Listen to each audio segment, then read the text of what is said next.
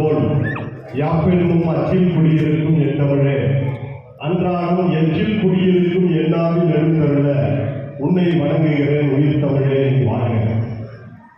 மிக சீரும் சிறப்புமாக உங்கள் அத்தனை பேரினுடைய வேண்டுதலோடும் போற்றுதலோடும் நடைபெற்றுக் கொண்டிருக்கக்கூடிய இந்த அருமையான ஸ்பான் அறக்கட்டளை நடத்தும் முப்பெரும் விழா, ஸ்பான் அறக்கட்டளை நடத்துகிற இலக்கிய கூட்டம், நூல் வெளியீட்டு விழா, பணி நிறைவு விழா, இந்த 3 நிகழ்வுகளில் மிக அற்புதமாக தொடங்கி வைத்திருக்கக்கூடிய குரல் வாழ்த்தோடு மோதிதாஸ் ஸ்ரீ. யாராவது வெளியில போயிட்டு இருந்தா கூட அவங்களும் உள்ள வந்து உட்காரலாம் மாதிரியான ஒரு அருமையான வரவேற்புரையை வழங்கிய பேராசிரியர் கல்யாணி மேடம் அவர்கள், அதனை அடுத்து சிரிக்க சிரிக்க கவிதைகளை பாடிய நம்முடைய சின்ன கலைவாணர் வெங்கட்ராமன், அடுத்து பாடலோடு கவிதையையும் கலந்து இடையில 4 வரி பாடலையும் பாடி மிக அற்புதமாக கவிதையை கலந்து தந்த மீனா கலந்துரி. அதற்கு பிறகு ஒரு சிற்றுரை என்கிற பெயரிலே இன்றைக்கு இருக்கக்கூடிய அறிவியல் வளர்ச்சி மனித குலத்திற்கு மகிழ்ச்சியா அல்லது வீழ்ச்சியா என்கிற ஒரு சிந்தனையை கொண்டு வந்து கொடுத்த நம்முடைய போற்றுதலுக்குரிய உடனடி கவிஞர் சேதுராமன் ஐயா அவர்கள் எல்லோரையும் அரவணைத்து செல்வதிலே ஒரு நல்ல பண்பாடு. அடுத்து ஒரு அருமையான பாடலை முதலில் தீனதயாளன் அவர்கள் பாடினார்கள். அதற்கு பிறகு இப்பொழுது விஜயகுமார் ஒரு அருமையான பாடலை தந்தார்கள். இந்த நிகழ்ச்சியை மிக அருமையாக தொகுத்தும் பகுத்தும் இந்த ஸ்பான் அமைப்பு குறிப்பாக நம்முடைய அழகுமலை என்னென்னலாம் செய்து கொண்டிருக்கிறார் என்பதை எல்லாம் மிக விரிவாக எடுத்து சொல்லி தலைமையுரை ஆற்றி நமக்கெல்லாம் ஒரு நல் துணையாக இருக்கக்கூடிய தொழிலதிபர் சிவ ரவிராஜ் அவர்களுக்கும், அடுத்ததாக இந்த நிகழ்ச்சியை நடத்துவதற்கு மூல காரணமாக அடிப்படையாக இருக்கக்கூடிய நம்முடைய பணி ஓய்வு என்பதை விட பணி நிறைவு என்று போட்டிருக்கிறார்கள். பணி ஓய்வு தானே அந்த தேர்வு நிறைவு என்று எண்ணத்தக்க வகையிலே இந்த விழாவினுடைய கதாநாயகன் நம்முடைய போற்றுதலுக்குரிய அழகசாமி அவர்களுக்கும், அதற்கு பிறகு இறுதியாக நன்றியை சொல்ல இருக்கக்கூடிய நம்முடைய ஆசிரியை திருமதி சாந்தி அவர்களுக்கும், இந்த நிகழ்ச்சியினுடைய ஒவ்வொரு பகுதியையும் முறைப்பட அமைச்சு தொகுத்தும் பகுத்தும் முறைப்பட வழங்கி கொண்டிருக்கக்கூடிய இந்த நிகழ்ச்சிக்கு வித்தாக இருந்து இந்த நிகழ்ச்சியினுடைய ஒவ்வொரு முறையையும் எப்படி செய்ய வேண்டும், எப்படி செய்தால் நன்றாக இருக்கும் என்று ஆலோசித்து குடும்பத்தோடு இது ஒரு குடும்ப விழாவாக நடத்தி கொண்டிருக்கக்கூடிய என்னுடைய ஆதரவு நண்பர் அழகுமலை அவர்களுக்கும் இந்த நேரத்தில் வந்திருக்கக்கூடிய ஒவ்வொருவரையும் நான் பெயர் சொல்லி அழைக்க வேண்டும் என்று கருதுகிறேன். ஆனால் அந்த திரும்ப ஒரு வருகை பதிவேட்டை வாசித்தது போல் இருக்கும் என்ற காரணத்தினாலே வந்திருக்கக்கூடிய அத்தனை நண்பர்களுக்கும் மீண்டும் ஒரு முறை என்னுடைய அன்பான வணக்கத்தையும் இந்த அருமையான வாய்ப்புக்கு நன்றியையும் கூறி என்னுடைய உரையை தொடங்குகிறேன். முதலில் இலக்கிய கூட்டத்தினுடைய 5வது மாத கூட்டம் இது. அந்த வகையிலே இலக்கியம் ஒரு மனிதனை என்ன செய்யும், இலக்கியம் எந்த அளவுக்கு ஒரு மனிதனை மாற்றும் என்று நான் பேச வேண்டும். காலத்தினுடைய அருமைகளிலே அந்த பகுதியை நான் தவிர்த்துவிட்டு அடுத்த பகுதிக்கு வருகிறேன். நூல் வெளியீட்டு விழா, இந்த நூலில் என்னென்ன கருத்துக்கள் இருக்கின்றன என்பதை நான் பேசியாக வேண்டும் 15 நிமிடத்திற்குள்ளே. அதற்கு பிறகு அதற்கு முன்னதாக நான் ஒன்று செய்யலாம் என்று கருதுகிறேன். பணி ஓய்வு பெறக்கூடிய மரியாதைக்குரிய நம்முடைய சேவை செம்மலை பற்றி சொல்லி அவர்கள் ட்ரில் டிக் மெஷின் என்று சொல்லக்கூடிய ஒரு கம்பெனியில் 36 வருடங்கள் பணியாற்றியிருக்கிறார். ஒரு நிறுவனத்தில் 36 ஆண்டுகள் பணியாற்றுவது என்பது அவ்வளவு சாதாரண ஒரு நிறுவனம். அந்த பணியை மிக வெற்றிகரமாக அவர் நிகழ்த்தி இருக்கிறார். அதற்கு அடுத்து தன்னுடைய குடும்பத்தில் அவருக்கு 2 பசங்க, 2 பேரும் வந்திருக்கிறாங்க. பெரிய பையன் சந்திரன் வந்திருக்கிறாங்க நினைக்கிறேன், 2வது பையன் பழனிக்குமார், இவரும் வந்திருக்கிறாங்க. அவர் என்கிட்ட பெருமையா சொன்னார், என்னை இந்த அமைப்புக்கு அறிமுகப்படுத்துறதே என்னோட பெரிய பையன் தான் சார் அப்படின்னு சொன்னார். ஒரு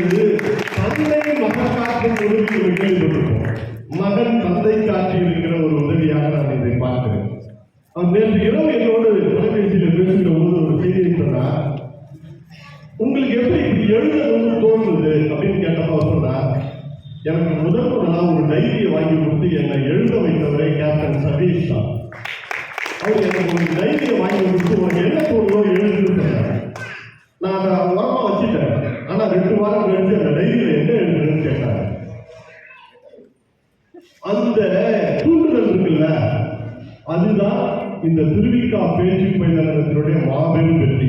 நமக்குள்ளே இருக்கிற அந்த ஒருங்கிணைப்பு ஒருத்தர் நல்லா சாப்பிடுறோம், ஒரு பிறந்த நாள்ல பேசிக்கிறோம்ல, இதை தாண்டி உன்னுடைய தனிப்பட்ட வாழ்க்கையில நீ என்னவா இருக்க, நீ எப்படி இருக்க, உனக்கு ஏதாவது ஹெல்ப் பண்ணுமா, நம்ம இந்த இணைப்பு இருக்குல்ல, இதுதான் நம்மை வலுப்படுத்தி கொண்டிருக்கிறது.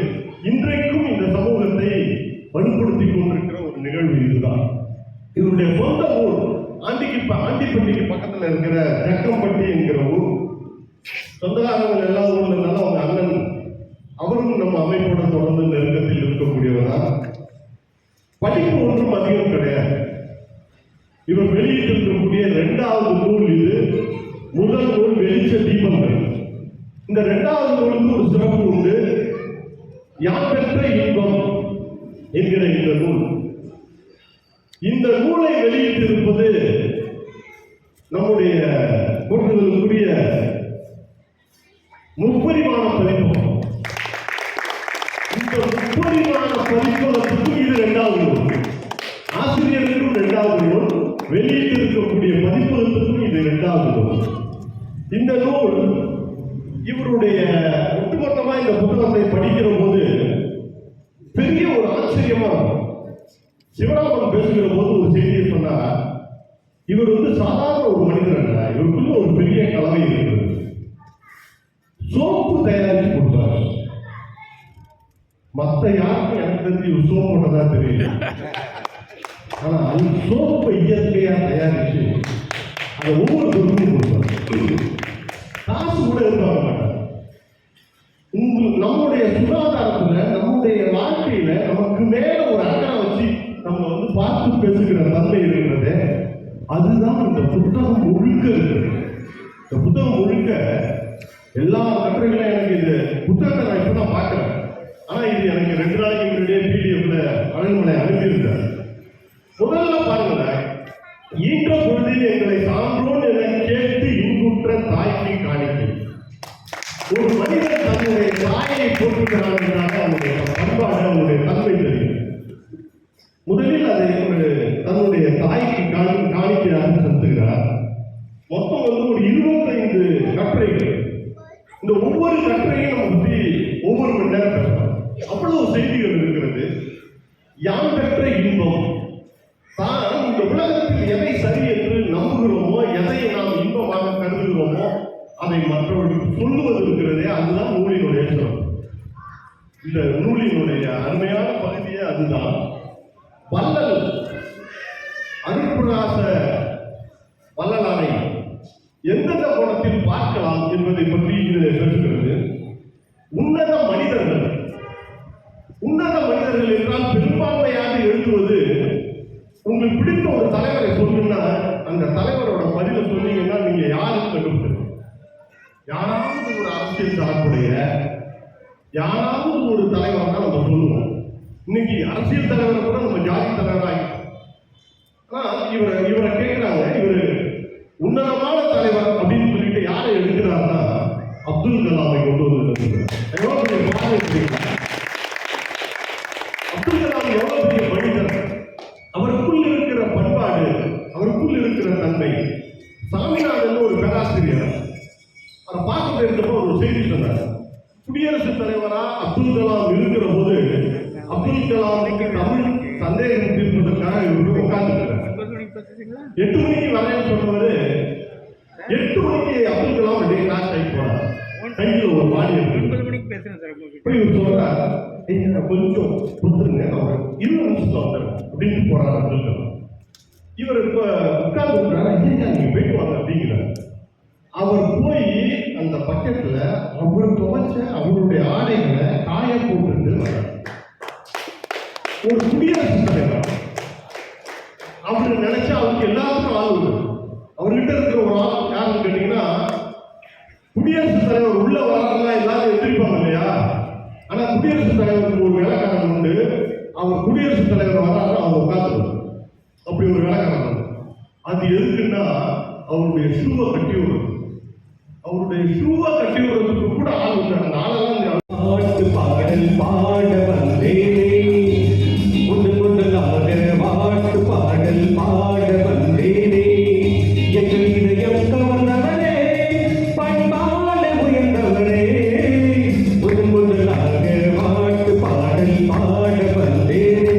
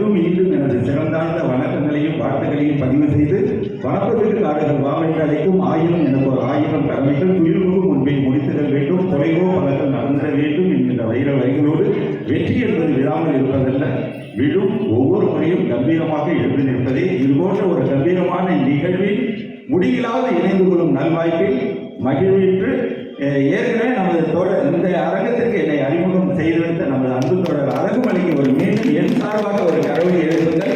அவருக்கு ஏற்கனவே நம்ம ஒரு விருது கொடுத்தோம்.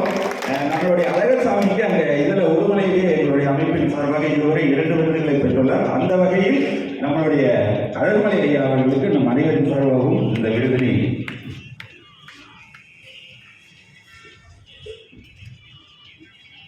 இயன்றதை இயலாதவருக்கு இயன்றவர்களெல்லாம் செய்வதற்காக கவி ஓவியா கலை இலக்கியம் மற்றும் அப்பொழுது கொடுத்ததை இப்பொழுது சேர்ப்பிக்கின்றோம்.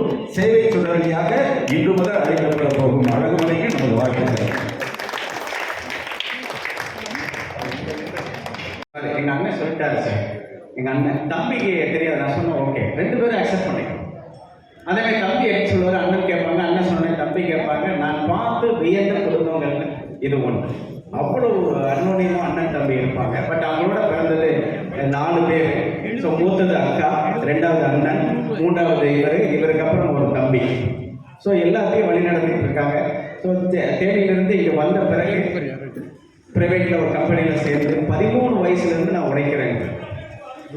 சிக்கம் என்றால் அது அழகசாமி. அவர் பேசக்கூடிய ஒவ்வொரு வார்த்தையிலும் சிக்கனத்தை பற்றி தான் பேசுவார். ரொம்ப எளிமையா இருக்காரு பார்க்கறதுக்கு, ஆனா மிகப்பெரிய உயர்ந்த கருத்துக்களை தன்னோட உள்ள அழைக்கிறார். அது நம்ம அரங்கங்களில் வந்து வெளிப்படும் போது அவ்வளவு மகிழ்ச்சியா இருக்கும். முதல்ல பார்த்தீங்கன்னா நம்ம திருவிக்கா பேச்சு பயிலரங்கம் புத்தகத்தில் 2012 ஆரம்பிக்கும் போது உறுதுணையாக இருந்தது அழகசாமியுடைய பையன் நம்மளுடைய சந்திரன் இங்கே வந்திருக்காரு. அவருக்கு ஒரு கரவொலி.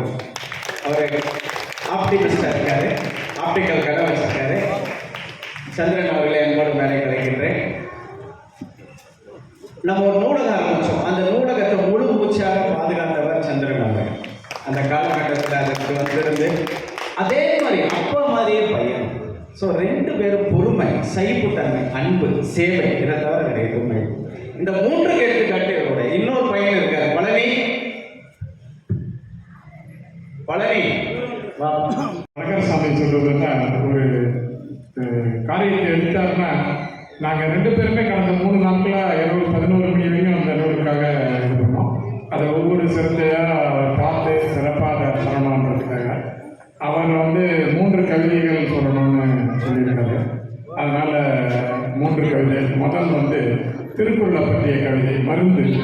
மருந்தொன்று இருக்குது, அது மருந்தொன்று இருக்குது, மருந்தொன்று இருக்குது, நம்மை காத்திட நம் கவலைகளை தீர்த்திட வாரீர் கேளீர் பாரீர் முக்கணியின் சுவையின்றி மெச்சுவிக்க மேலான சுவை மருந்து அனைத்துலக நாட்டவர்க்கும் அழிவில்லா அறிவினியே அறத்துடன் தருவதாலே உலக பொதுமறையாது உலக பொதுமறையானது மருந்து.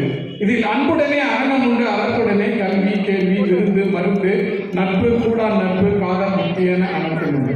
இனி அனுதினமும் வல்லுவம் காட்டும்படி நீ வாழ்வதாலே உலகம் உன்னை வழங்கிடுங்க. உன் உயிர் மூச்சாய் வல்லுவம் திகழட்டும், வாயும் தோறும் திருப்பெரும் வெளியிடட்டும் அப்படின்றது அந்த கவிதை. அடுத்தது நம்ம எந்த கட்சியும் இல்லை, இருந்தாலும் இந்த திமுக தெரிஞ்ச நண்பர் வராரு. அவருக்காக கலைஞர் நமக்கு தமிழுக்காக செம்மொழி வாங்கி கொடுத்ததால அவருக்கு ஒரு கவிதை சொல்லலாம். கலைஞருக்காக நான் எழுதின கவிதை. இந்த நூற்றாண்டின் இணையற்ற தமிழண்ணி இன்னும் பல நூறாண்டு உன்னாலே தமிழ் வாழும்.